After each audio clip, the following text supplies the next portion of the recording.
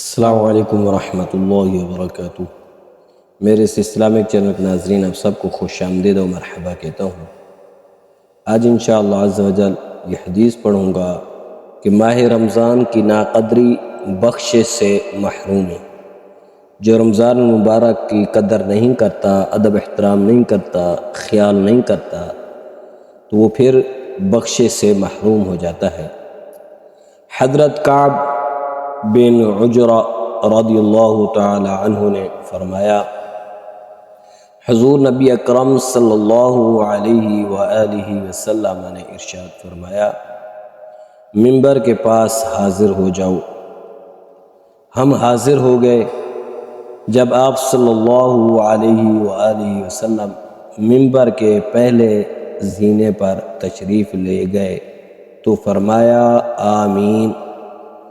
ایسے ہی دوسرے اور تیسرے زینے پر بھی آپ نے یہی فرمایا آمین۔ جب آپ صلی اللہ علیہ وآلہ وسلم منبر سے اترے تو ہم نے عرض کی، آج ہم نے آپ سے ایسی بات سنی جو پہلے نہیں سنتے تھے۔ آپ صلی اللہ علیہ وآلہ وسلم نے ارشاد فرمایا، یقیناً جبرائیل علیہ السلام میرے پاس آ کر کہا، جبرائیل علیہ السلام نے میرے پاس آ کر کہا، کیا کہا؟ بعدا لمن ادرک رمضان فلم یغفر لہ۔ وہ شخص خاص رحمت سے دور ہو جو ماہ رمضان پائے اور اس کی بخشش نہ ہو، یعنی رمضان المبارک کا مہینہ وہ پائے، اپنی بخشش نہ کرا سکے، تو ایسے شخص کے لیے جو ہے نا وہ اللہ تعالیٰ کی خاص رحمت سے دور ہو۔ تو جب جبرائیل نے یہ کہا تو میرے آقا امام الانبیاء حضور علیہ السلام نے آگے ارشاد فرمایا آمین۔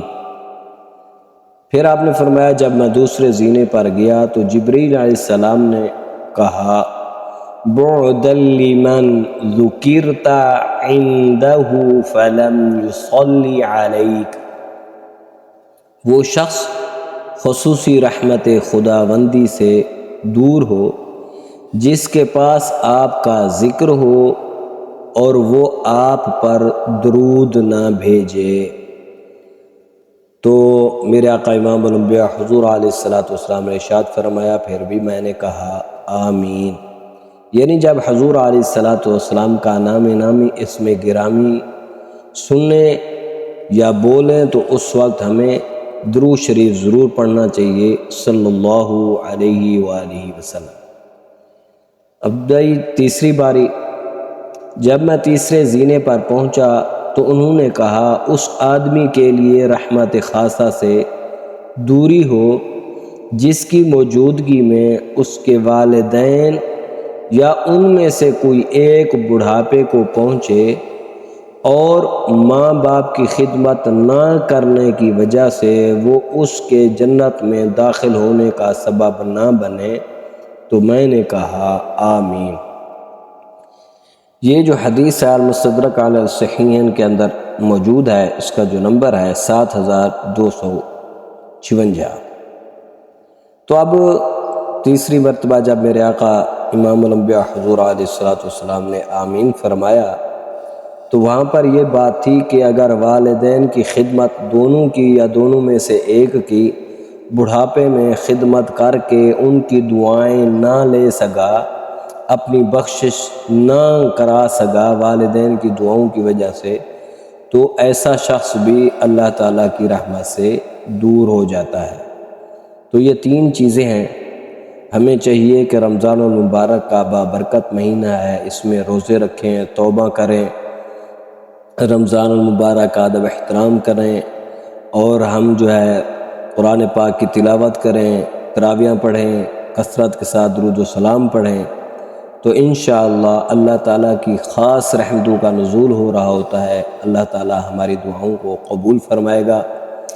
آگے پھر دوسرے نمبر پر فرمایا، جب میرے آقا امام الانبیاء حضور علیہ السلام کا نام نامی اسم گرامی سنو یا بولو تو اس وقت بھی صلی اللہ علیہ وآلہ وسلم کہنا چاہیے، جو نہیں کہے گا وہ بھی رحمت سے دور ہوگا۔